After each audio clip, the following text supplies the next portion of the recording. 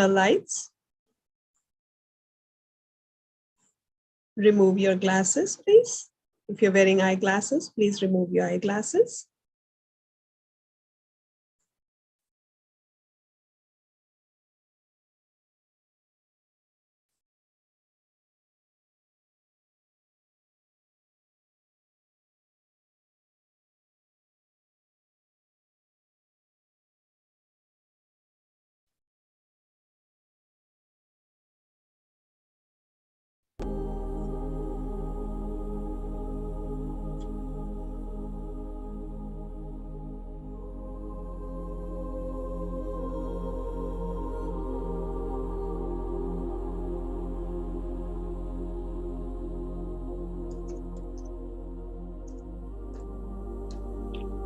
Close your eyes. Clasp your hands.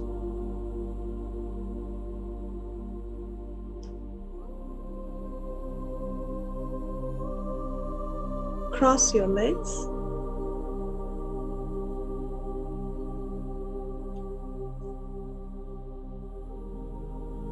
Take one deep breath in and let it out. And ask your brain to calm down.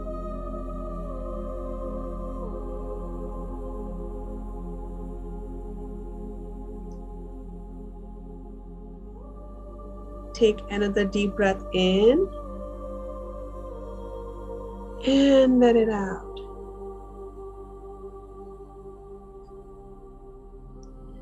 And ask your body to calm down.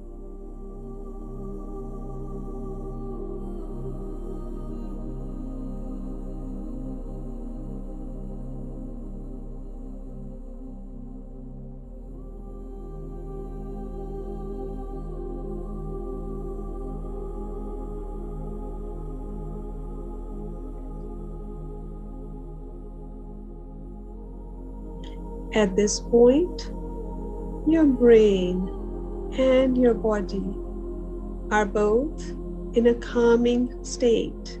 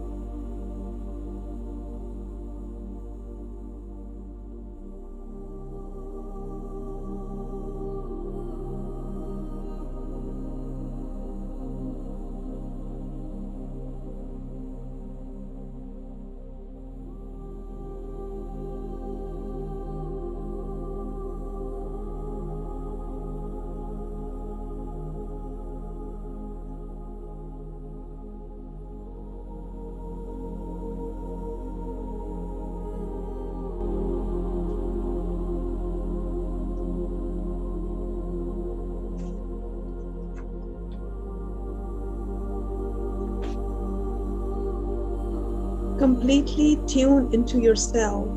Let go of any distractions.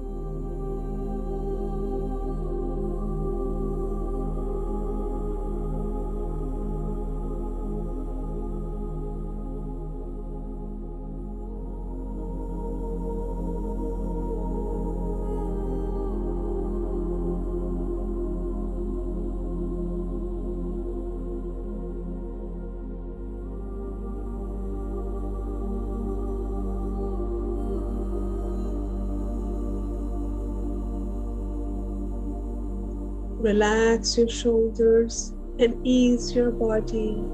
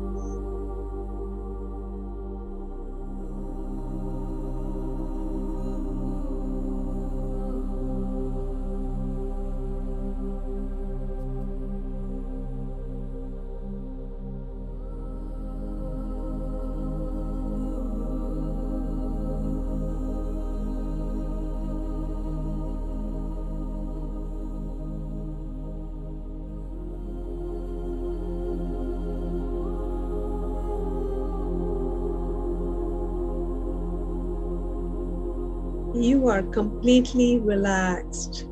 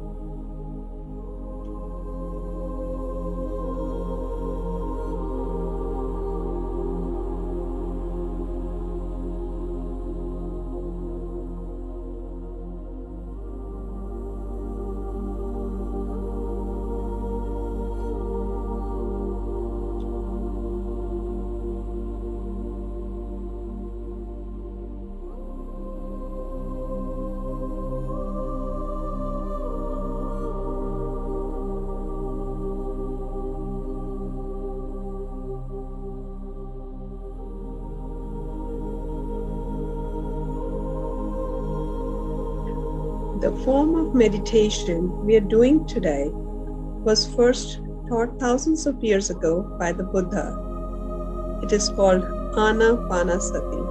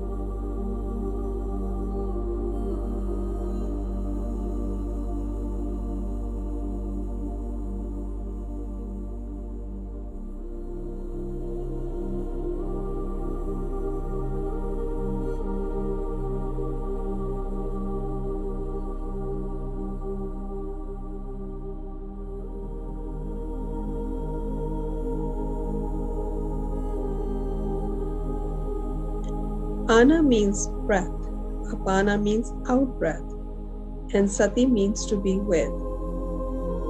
So today we are staying present with the in breath and the out breath.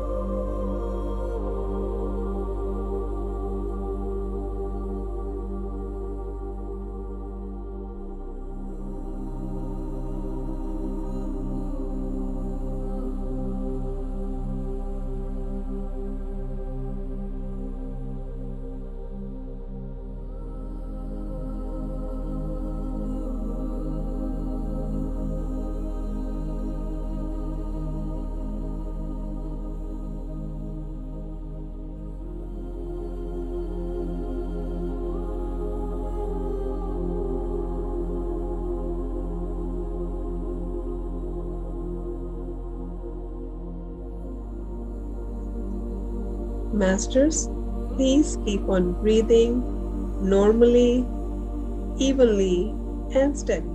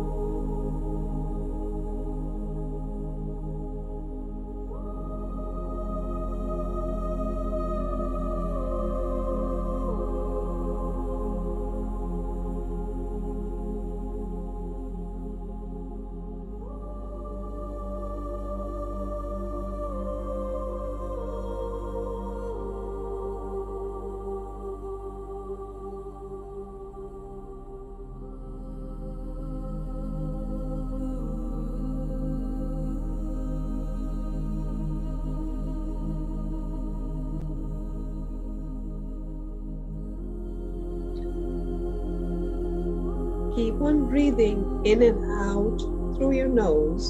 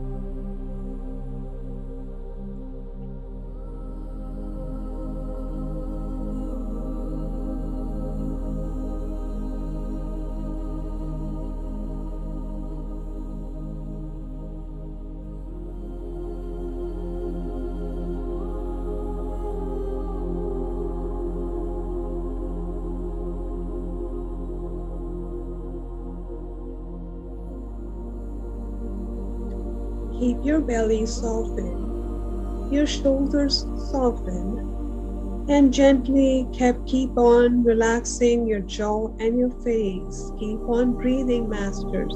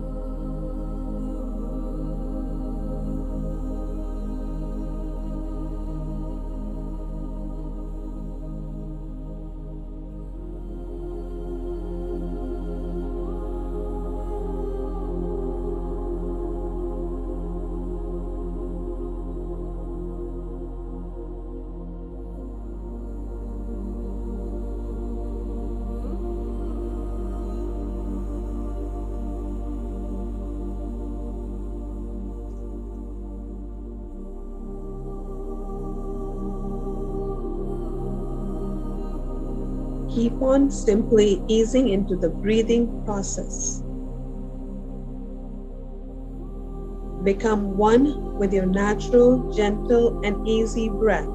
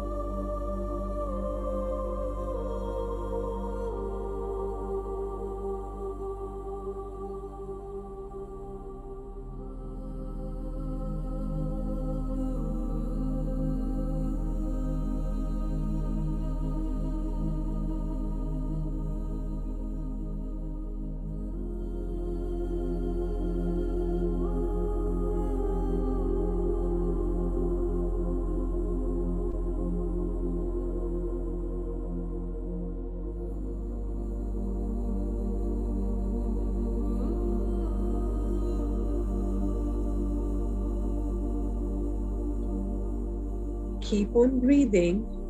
Simply observe your breathing.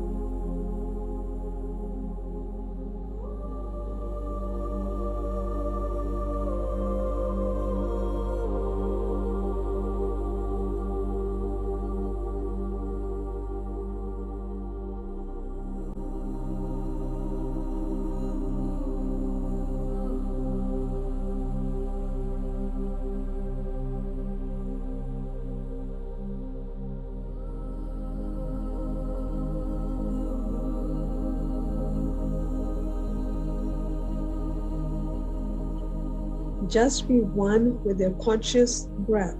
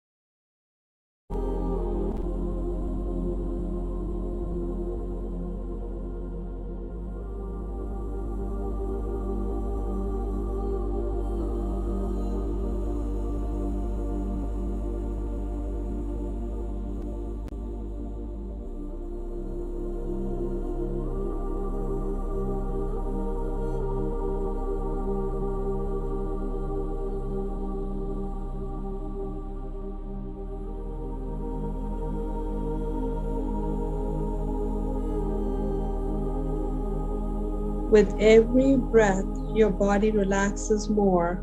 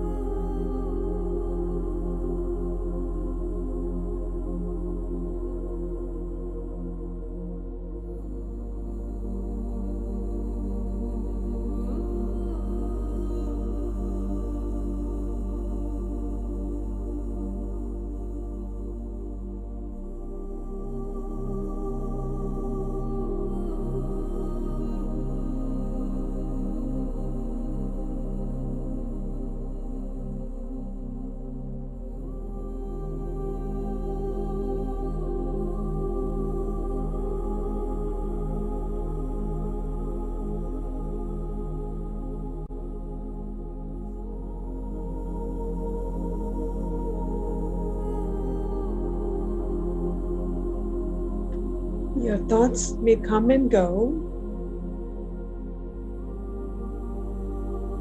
Don't follow your thoughts. Instead, bring your awareness back to your breath.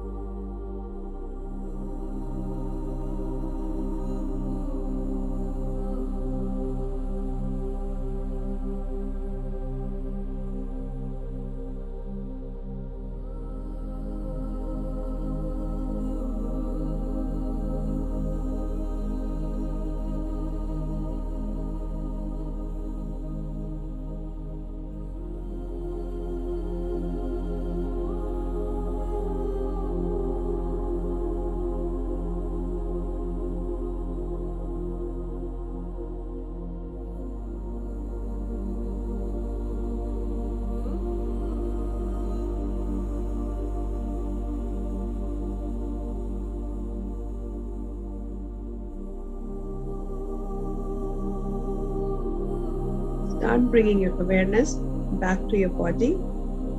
30 seconds left.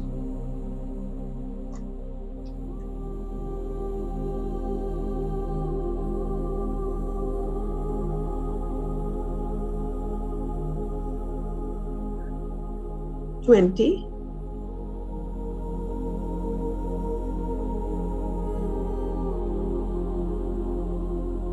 10,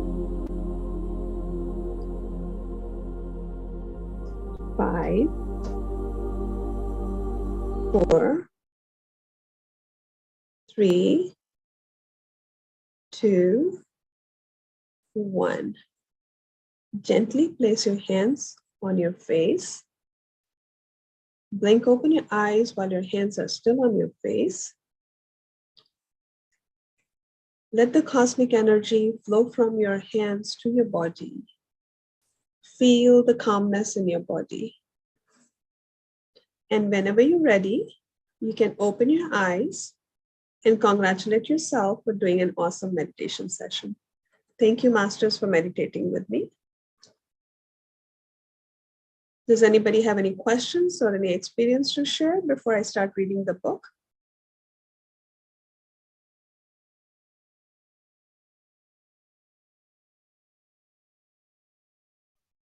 Thank you, Surabhi.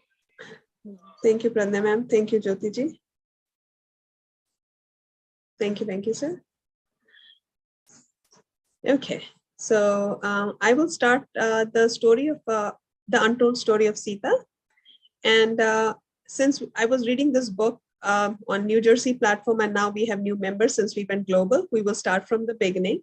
And there might be some members who don't speak Hindi, so we will start the book again from English. So this would be my 4th platform reading this book. And a couple days ago, I was very fortunate to speak to Miss Dina Maria ma'am for the first time when I was on platform 9, cloud 9, I should say. I was very happy to talk to her one-on-one on one of the platforms that she was coming and talking. And she's a wonderful, wonderful lady. I'm also reading this book on Australia Group. And you may ask what inspired me to read this book. It was my own daughter's name, who's a 9th grader. Her name is Sia. And when she was born, we were thinking about keeping her name Sia, but a lot of people said Sita Mata did not have good married life. She always had hurdles in her life. So that's not a good name. But our priest, my family priest convinced me. So this book was an eye-opener for me. And I really found out the real meaning of the book. It's there. A lot of things I have learned in this book. And I will tell you the introduction about Dina ma'am first. Then we all know all the main characters in the Ramayana we have. Sita, Ramji, Janakji, Lakshmanji, everybody. But we really don't know why the Ravan was the way he was. So I'm going to give you a little bit introduction and then we will start the story. So Dina Maria ma'am, she lives in USA and she began working with Interfaith in late 1990s. She served as a vice chair of the Millennium World Peace Summit of Regions and Spiritual Leaders that was held in New York in 2000. And she did many more of these summits. She also founded Global Peace Initiative for Women in 2002. In 2008, Ms. Mariam was one of the founding members of the Contemplative Alliance, which later became known as GPIN. The purpose of this alliance is to bring the meditation teachers like you, me, and all of the masters that we have here, and all of these practitioners to come and uplift and transform the society while caring and honoring our Mother Earth. Mother Earth is, we have to take care of Earth, because if we don't, we will have things like COVID. We will have worse situations. A lot of species will disappear from this planet. So we really have to start taking care of the Earth if we haven't started yet. For over 40 years, she has been a student of Paramhansa Yogananda and a practitioner of a Kriya Yoga meditation. And she has a master's degree from Columbia University, and she has served as a board member of in a Harvard University. In 2014, she was received the Nirvana Peace Prize for all the efforts of interfaith peace efforts that she has done.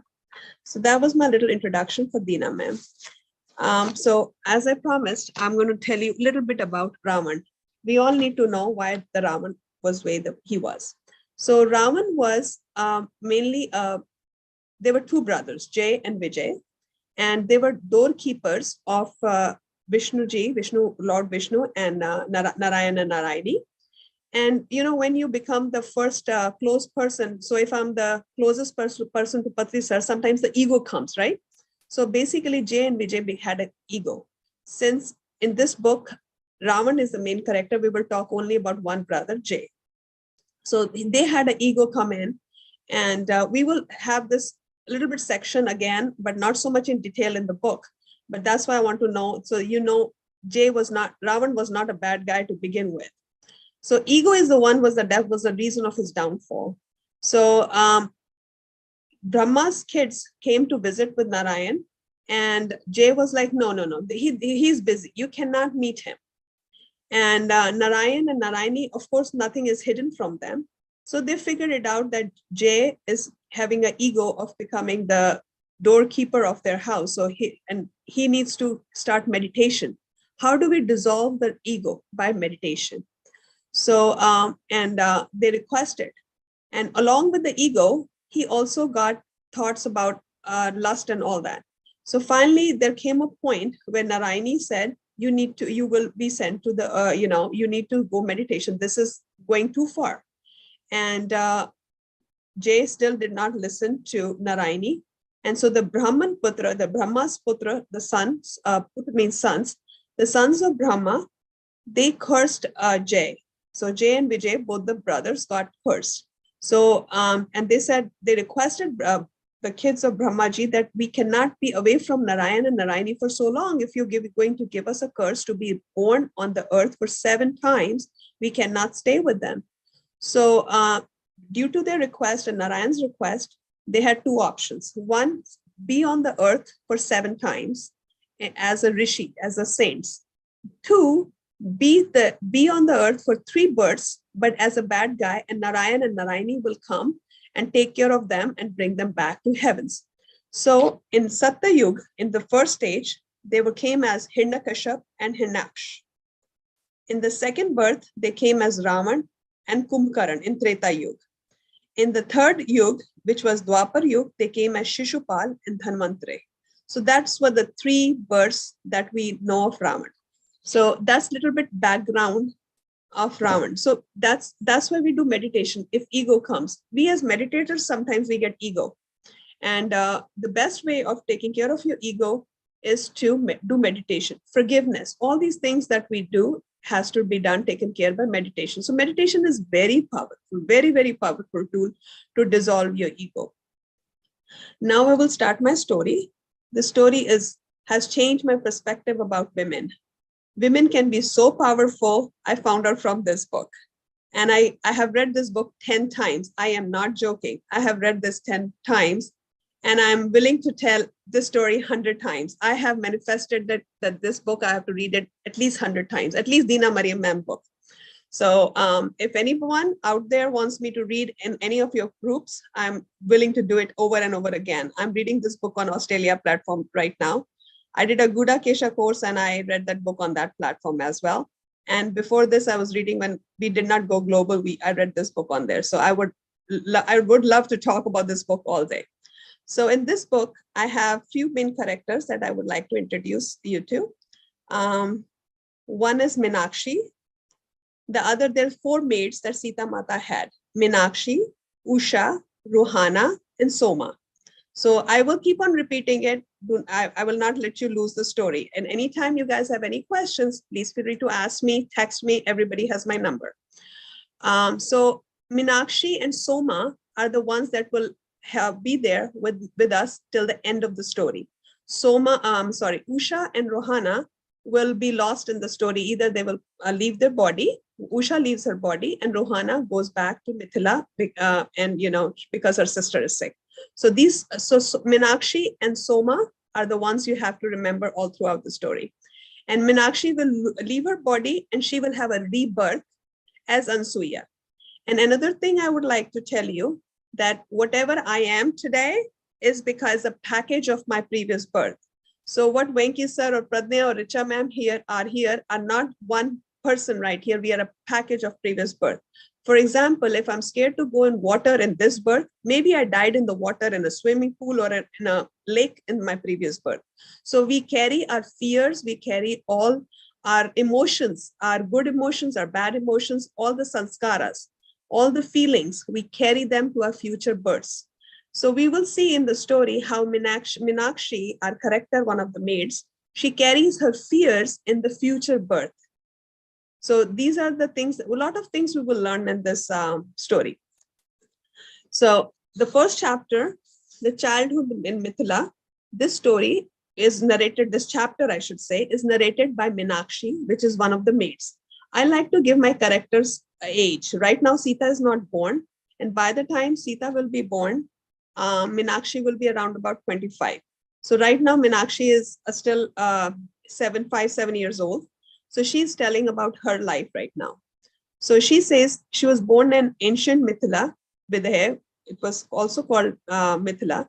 And so she has two men in her life, Raja Janak, which we all call him Janak Baba out of love. Baba means father, out of love. So we all call him Janak Baba because he's less of a king, but more of a fatherly figure for everybody. He was a very, very saintly man. He never differentiated between rich and poor. The status did not matter to him. What was in your heart, that mattered him a lot. And there was no task. So the other person in her life, Minakshi's life, was her father. So she always compared her father to king. Like, my father is this, my father is good, my Raja Janak is different. You know, when we have a brother or father in our life, we always compare. So that's how she compared two men in her life. Like, we always try to compare our mother with the mother-in-law, you know, as women usually do that. So something similar.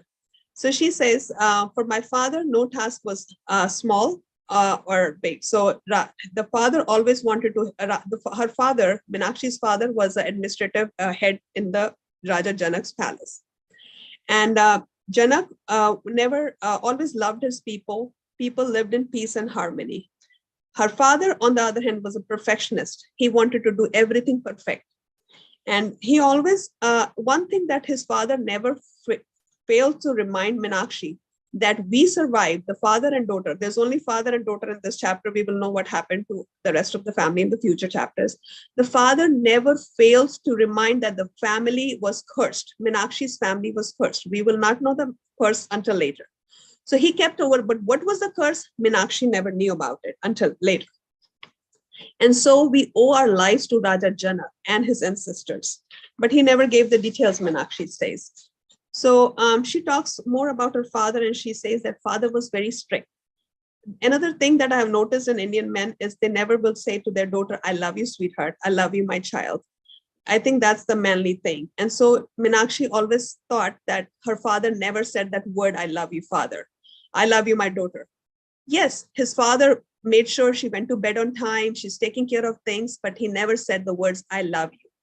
So I encourage our fathers, our brothers out there, please tell your daughters we love you. Say, those words are not very hard to come by. Please say it. It will make things, a lot of relationships will get amended. So this is around about the age 12 she is now. And so one day there is a maid, another maid, Aditi, who we will lose in next couple chapters. She will leave her body. So Aditi, since Minakshi doesn't have a mother, Aditi, who's an older woman, takes the role of her mother in her life. So one day Aditi was cleaning her room and she says to Minakshi's father, your daughter is going to be a very nice wife because she takes care of everything. And the father screams, she cannot marry.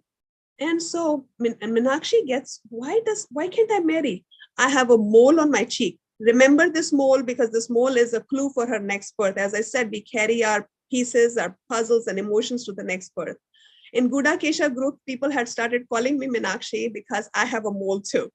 So, so who knows, I was Minakshi in one of my births. So Minakshi says, I have a mole that might not be so pretty on my face, but I have a nice hair. And Raja Janak has always taught us that we have to be good in our heart. We have to always see what's in our heart, not how we look. Outer beauty should not matter. Then why can I not marry? So one day, now we are fast forwarding, and now she's 15 years old. One day, Raja Janak was going to have some guest over, And so Raja Janak was Raja Janak and the father being perfectionist, he was cleaning the floor. So she gets upset with the father. Why are you cleaning the floors? Where are all the servants? You at this age should not be cleaning the floors. And she said, why can't you hire somebody? And as she, sometimes our kids talk and they know they said something wrong, and snap, the father, well, I found someone new. You are my new servant. So that's what the father did. And for Meenakshi, I am the daughter of the administrative head. I should not be doing this low job. So that's what father and daughter always did not match on the opinion. So, and one day she was having an argument with the father, same day, and she ran into the forest. Back then we didn't have slamming of the doors. Right now our kids would slam our doors on our faces. Back then we didn't have the doors. Back then they used to run to the jungle. And in the background, what was happening, dad was trying to fix the palace roof. And so, that's when she left. So Aditi came running, and in the evening, Aditi came running to find her. And, oh, I am not going back to palace. My dad is not being nice to me. So she tries to get up and get into the deeper forest, and Aditi sees her. Aditi says, do not run. I have a bad news for you. So she comes out and she goes, what? Your dad is no more.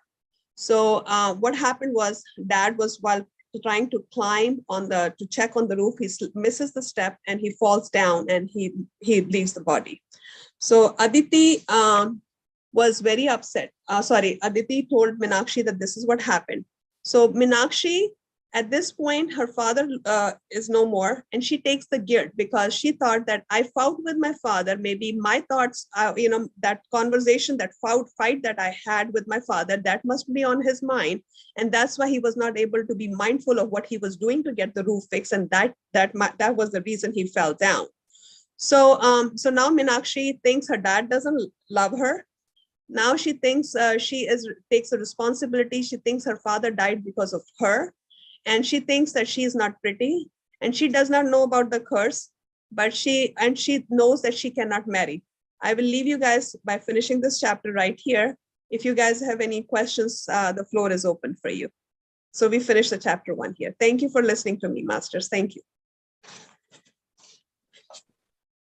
I hope I wasn't very fast. I hope I wasn't speaking very fast. I have really learned to slow down, but please let me know if I need to slow down even more. If anybody has questions, please raise your hand so I can unmute you.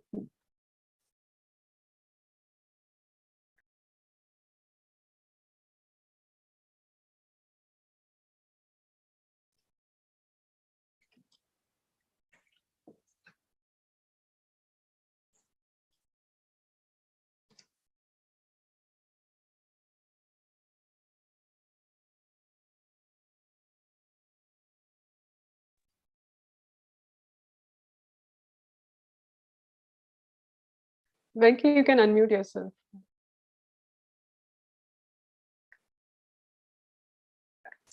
Is it? Okay. Surabhi, that was wonderful. Thank you. Now it's a refresher for me, so I think I needed it. So I'm looking forward to completing the book this time with you. Thank you, sir. I hope so too. Yeah, Thank you for your kind words. Thank you. Yeah, Richa, you can go ahead. Thanks for restarting the story again. I was looking forward eagerly for that. I was just wondering, will we hear, the later part, or will it be from the beginning? I think beginning would be better, because since I was discussing with Pradnya ma'am, I'm like, a lot of new members have added because we went global, and it's better to start fresh, so everybody gets a fresh start, and more people are joining. So yes, that's the reason we started fresh. Yeah. Nice. Good to hear it again from the beginning. I'm looking forward for that. Thank you. Thank you. Yes, Bala, you can. Yeah. Hi, Master. It's very amazing to hear the story from you. Actually, I'm from a reinvented class from this session. I started reading this book I almost 3/4 of the book I'm done. But from hearing from you, like it's make me like all my beginning of the book, because I'm with the 2 kids, little ones. I don't have enough time to read. I'm going with slowly every day, little by little, on the PDF on the phone. So from hearing with a happy face that you're explaining all in the details of the short form, it's amazing. Yeah, it make me relax that I could go through the same process of that's like amazing that the power of the woman, that I'm very happy to hear from the Sita part, that how she managed her life in that time. Yes. Thank you, yes. Mom. Thank you very much. Thank you. Thank you for your kind words. Thank you. Thank you, Shala. Thank you, Bala. So, okay. Yes, Shan, you can unmute. Hi, Surbhi. Hi, Shanu. How are you doing, dear? I'm good, thank you. Thank you for a beautiful meditation session. Thank And also thank you for, talking about this book. It's been in my mind, but I haven't started yet. So I think today's, session has motivated me to open the book and read. Yeah. Yes, I would recommend everybody to read the book, if not with me, but later in life, whenever you get a chance, because everybody has a different perspective on the same book. And the way we are, wherever we are in the meditation, the levels of our thinking also changes. So that's what I have heard from Patricia. So the first time I read the book versus the book I have read 10th time, have really made a lot of difference. So yes, and I feel like every girl, every man, everybody should read this book, so we know how women can be so powerful. It will definitely change your perspective in life, how to treat the women in your life. Thank you. Thank you, Shani.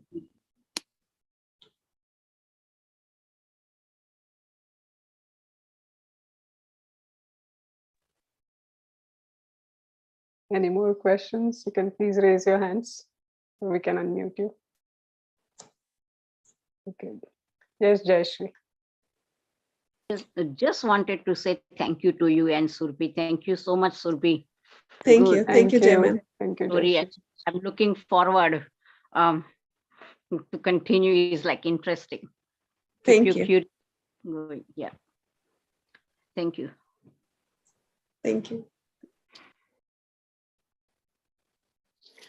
Okay, so I guess we are beyond 10 o'clock. So Surbhi, I'm going to stop the